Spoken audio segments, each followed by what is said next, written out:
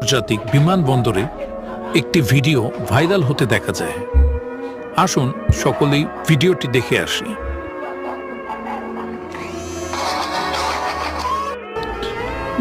ভিডিওটি দেখে মনে হচ্ছে একজন ভুক্তভোগী যাত্রী, যার সাথে বিমানবন্দরে হয়তো দায়িত্বরত কর্মীদের হাতে হেনস্থার শিকার হয়েছেন, অথবা মনে হচ্ছে তার লাগেজের জিনিস চুরি হয়েছে, তাই তিনি তার কষ্টের থেকে নিজ লাগেজ এভাবে সকলের সামনে আঁচড়ে ফেলছেন। ব্যাপারটি খুবই দুঃখজনক। ভিডিওটি আশা করি সকলেই ভালোভাবে দেখেছেন। আসুন এবার কমেন্ট সেকশনে যাই, দেখে নিই সকলের অভিমত।